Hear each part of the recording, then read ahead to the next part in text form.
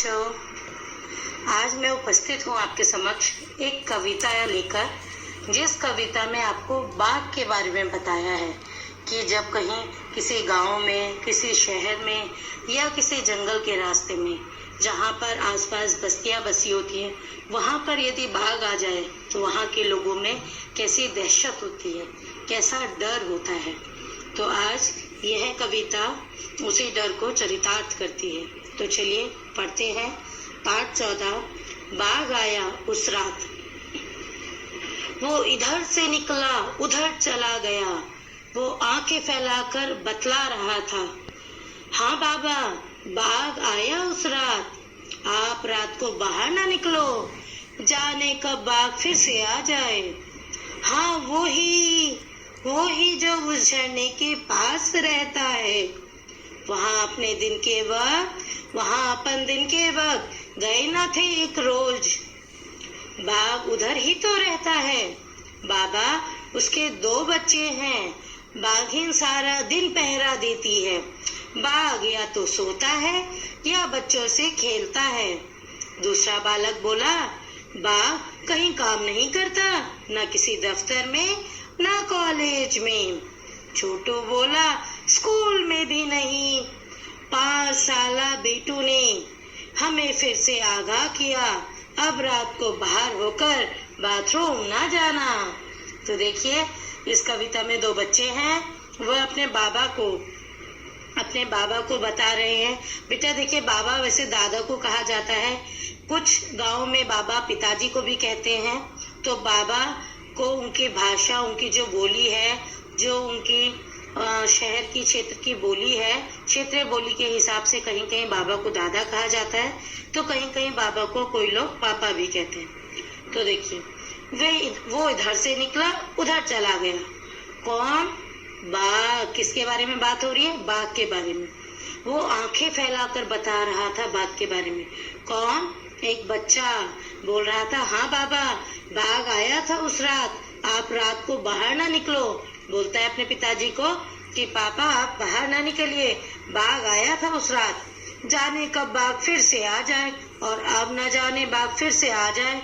हाँ वही जो झरने के पास रहता है।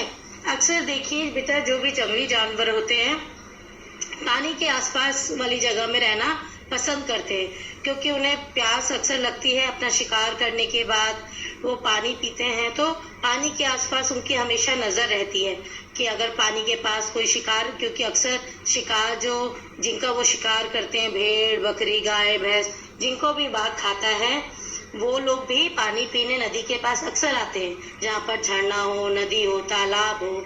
तो ऐसी जगह बाघ घात लगाए बैठा रहता है कि कोई शिकार आए और मैं उसे खा जाऊं। तो अक्सर वो पानी के स्रोत जो भी हो, नदी, तालाब, वहां पर आते रहते हैं। तो देखिए, फिर वो बोलता है बच्चा कि वो ही बाघ जो झरने के पास रहता है, वहां अपन दिन के वक्त गए थे ना एक रोज। अपन देखिए, राजस्थान की बोली में, राजस्थानी में अपन अपने लिए प्रयोग किया जाता है। अपन दिन के वक्त गए थे ना एक रोज, बोलते हैं उसी झरने के पास जहाँ पर एक दिन हम दिन के वक्त, आप और मैं दिन के वक्त एक दिन गए थे। बाघ उधर ही तो रहता है, और बाबा उसके 2 बच्चे हैं, और जो बाघिन है, जो फीमेल बाघ है यानी बाघिन है, वो सारा दिन पहरा देती है, पर बाघ या तो सोता रहता है या बच्चों से खेलता है। दूसरा बच्चा बोला जो उनके साथ था, बाघ कहीं काम नहीं करता, ना किसी दफ्तर में ना किसी कॉलेज में। छोटू बोला, स्कूल में भी नहीं। हाँ, स्कूल में भी काम नहीं करता वो, ना ही स्कूल जाता है। फिर 5 साल के बेटे ने आगाह किया कि अब रात को बाहर होकर बाथरूम ना जाना। गांव में देखिए बाथरूम नहीं होते हैं, टॉयलेट नहीं होते हैं, शौचालय नहीं होते हैं, तो रात को बाहर ही जाना पड़ता है टॉयलेट। तो फिर वो बच्चे बोलते हैं, बाबा अब से रात को आप बाथरूम में ना जाना। ये कविता नागार्जुन जी ने लिखी है। तो देखिए, इस कविता में नागार्जुन बता रहे हैं कि जब किसी गांव में बाघ आता है तो वहां के बच्चे और बड़ों में कैसी दहशत होती है। दिन के टाइम पर भी वो बाघ की रहने वाली जगह के आसपास जाना पसंद नहीं करते, क्योंकि उनका डर होता है कि बाघ उन्हें कहीं खा ना जाए। अब देखिए बेटा, आजकल जो जंगली जानवर होते हैं वो क्यों गांव के आसपास मंडराने लगे हैं। पहले तो वो जंगलों में रहते थे, अब क्यों वो गांव के आसपास आने लगे हैं? क्यों? क्योंकि लोगों ने उनके घरों को, बाघ का घर क्या होता है? जंगल, जंगलों को काटकर वहां लोग रहने लगे हैं। वहां के पेड़ पौधों को काटकर इमारतें बनाने लगे हैं, बड़े बड़े घर बनाने लगे हैं। और तो जो बाघ, जो जंगली जानवर है, उनका घर तो नष्ट हो गया, तो वो अब कहाँ आएंगे? अपने शिकार की तलाश में गाँव में आएंगे, या जो जंगल के आसपास का इलाका है वहीं पर आएंगे। तो बेचारे बाघ उनके इलाके में नहीं जा रहे हैं, हम मनुष्यों ने ही उनके घर के आसपास अपना घर बना लिया है, जिस कारण बाघ शिकार करते करते मनुष्य की बस्ती में आ पहुंचता है और मनुष्य उससे डरकर उसका शिकार करता है। या कई लोग अपने स्वार्थ के लिए उनकी खाल को बेचने के लिए उनका शिकार करते हैं। इसी प्रकार बाघों की संख्या लगातार घटती भी जा रही है। पूरे विश्व में लगभग 5000 के आसपास बाघ है, जिनमें से अकेला भारत ही है जहां बाघों की संख्या सबसे ज्यादा है। लेकिन यह कुछ सालों में घटी थी, ये जो बाघों की संख्या थी इसमें कमी हुई थी। इसीलिए सन 1973 में प्रोजेक्ट टाइगर के नाम से एक अभियान शुरुआत की गई, अभियान की, जिसमें बाघों के संरक्षण के लिए प्रयास किया गया।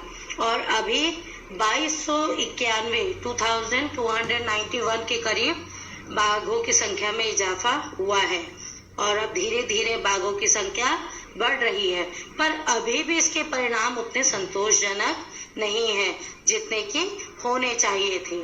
और इस अभियान में काफी सरकार द्वारा काफी पैसा खर्च किया गया है। यह शुरुआत भारत द्वारा की गई है बाघ को बचाने की।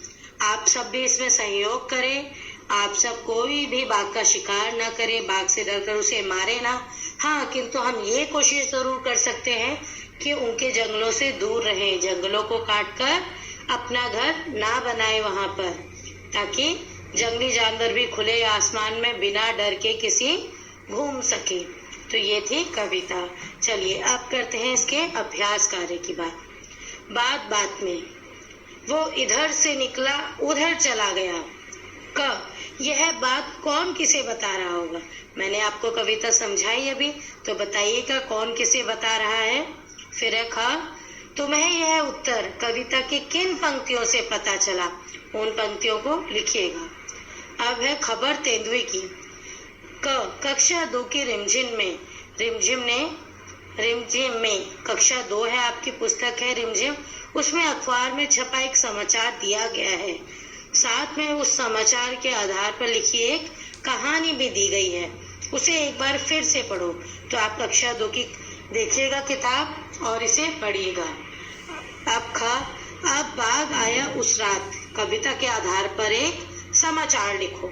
यानी आपको बाघ आया उस रात इस विषय पर एक समाचार लिखना है, न्यूज बनानी है, जिसे आप समाचार पत्र में छाप सके। ठीक है। फिर देखिए ग, तेंदुए और बाघ में क्या अंतर होता है? तेंदुए और बाघ में क्या अंतर होता है बताइएगा। तेंदुए में क्या होते हैं? हाँ, धब्बे धब्बे धब्बे से होते हैं ना, आपने देखे होंगे। और बाघ में क्या होती है? धारियां। तो ये तो अंतर होता ही है। इसके अलावा और क्या अंतर होता है लिखिएगा, पता करो। इस काम के लिए तुम बड़ों से बातचीत भी कर सकते हो, जिन्होंने तेंदुआ और बाघ दोनों बहुत आसानी से, बहुत पास से देखा हो या उसके बारे में सुना हो, जाना हो, उन बड़ों से भी आप अपने बातचीत कर सकते हो। फिर देखिए उस रात क्या हुआ। इस कविता में एक ऐसी रात की बात की गई है जिस रात को कुछ अनोखी घटना घटी थी। उस रात को कौन सी अनूठी बात हुई थी? तुम्हारे विचार से क्या सचमुच यह बात अनूठी है? क्या बाघ का आना बात अनूठी है? क्यों? लिखिए। उस रात को और क्या क्या हुआ होगा, अपने साथियों से बातचीत करके लिखो। देखिए, जब कहीं बाघ आता है तो वहाँ कैसे हलचल मच जाती है, कैसे डर का माहौल बन जाता है ना। सब लोग अपने बकरियों को, गाय भैंसों को अंदर रखने लग जाते हैं, बाघों से छुपाने लग जाते हैं। तो कैसा माहौल होता है और क्या क्या उस दिन हुआ होगा, अपने साथियों से बातचीत करके लिखो। आप अपने गांव में या कोई गांव में रहता है उनसे भी बातचीत करके पूछ सकता है, क्योंकि वे अक्सर इस माहौल को जीते हैं और गांव में अक्सर बाघ आते रहते हैं। फिर देखिए बाघ के काम। बाघ कहीं काम नहीं करता, ना किसी दफ्तर में ना कॉलेज में। बाघ दिन भर क्या क्या करता होगा, कहाँ कहाँ जाता होगा। अपने साथियों के साथ मिलकर जानकारी एकत्रित करो, फिर चर्चा करके उस पर एक चित्रात्मक पुस्तक तैयार करो। इसे तुम अपने पुस्तकालय में भी रख सकते हो। देखिए बेटा, बाघ और बाघिन में से अक्सर बाघिन ही शिकार करती है, बाघिन ही अपने बच्चों के लिए भोजन लाती है। जिस प्रकार आपकी मम्मी आपके लिए खाना बनाती है, खाने की तैयारी करती है, उसी प्रकार बाघिन भी अपने बच्चों के लिए शिकार मारकर उनके लिए शिकार लाती है, ताकि उनका पेट भर सके। और बाघ आराम से या तो सोया रहता है या बच्चों के साथ खेलता रहता है। तो यहाँ पर बाघिन की भूमिका बहुत ही महत्वपूर्ण है। अब देखिए, आंखें फैलाकर वो इधर से निकला उधर चला गया। वो आंखें फैलाकर बतला रहा था। नीचे आंख से जुड़े कुछ मुहावरे दिए गए हैं, वाक्यों में इनका इस्तेमाल करो। आंख लगना, आंख मूंदना, आंखें भर आना, आंख दिखाना, आंख बचाना, सिर आंखों पर बैठाना। तो ये थे मुहावरे, इनका वाक्य में प्रयोग कीजिएगा। फिर है शब्दों की दुनिया का। 5 साला बेटू ने हमें फिर से आगाह किया। 5 साला बेटू यानी 5 साल के बेटू ने, बेटे ने, बच्चे ने आगाह किया का मतलब क्या हो सकता है? सचेत किया, मनोरंजन किया, बताया, समझाया। इनमें से जो भी सही उत्तर है उसे टिक कीजिएगा। फिर कविता में इनमें से कौन सा भाव झलकता है? किन किन पंक्तियों शब्दों में ये भाव व्यक्त हो रहे हैं? पहला आश्चर्य, दूसरा डर, तीसरा आत्मविश्वास। तो बताइएगा। फिर है जब हम कविता के जरिए कोई बात कहते हैं तो आम तौर पर शब्दों के क्रम को बदल देते हैं। जैसे कविता का शीर्षक बाघ आया उस रात, गद्य में होगा उस रात बाघ आया होगा। ऐसा क्यों किया जाता होगा? इस किताब की दूसरी कविताएं भी पढ़ो और शब्दों के क्रम में आए बदलाव पर गौर करो। ऐसे ही कुछ वाक्यों की सूची भी बनाओ। अगला, क्या शब्दों के क्रम में बदलाव अखबार की खबरों में भी आता है? नीचे बने कोलाज को देखो और बताओ। देखिए, इसमें कुछ मैं शीर्षक आपके लिए पढ़ देती हूँ। नींद में छिपा सेहत का राज, आखिर कौन था वह बाहरी आदमी? इसमें देखिए लास्ट में प्रश्नवाचक चिन्ह भी लगा है, ताकि इसमें सस्पेंस बना रहे और आपको पढ़ने में मजा आए। फिर देखिए, इस बार कठिन होगा बच्चों को रिझाना। आसमान से जमीन पर गिरी सब्जियां। अब क्या सच में आसमान से जमीन पर गिरती हैं सब्जियां? परंतु पाठक को मजा आए और ये शीर्षक उनको रोचक लगे, ताकि वो पूरा समाचार पढ़ सके समाचार पत्र में। इसलिए इन शीर्षकों को मजेदार बनाया जाता है, इन हेडिंग्स को मजेदार बनाया जाता है, ताकि पाठक की रुचि बने रहे, पढ़ने वाले की रुचि बने रहे। अब ऐसी देखिए, एशियाई शेर के लिए मीठी गोलियां। अब भला एशियाई शेर को, यानी एशिया में जो शेर मिलते हैं उनके लिए मीठी गोलियां। अब ये ऐसा क्यों लिखा है? ताकि पाठक इसे पढ़ने हेतु प्रेरित हो और इसे पढ़े। ठीक है, तो ये था बेटा भाषा में अंतर, भाषा और शब्दों के हेर फेर का अंतर, और बाघों के संरक्षण को लेकर भी हमने इस कविता में बात की। फिर मिलेंगे अगले पाठ के साथ। तब तक आप इस पाठ का अभ्यास कार्य पूरा कीजिएगा और कविता याद कीजिएगा। फिर मिलेंगे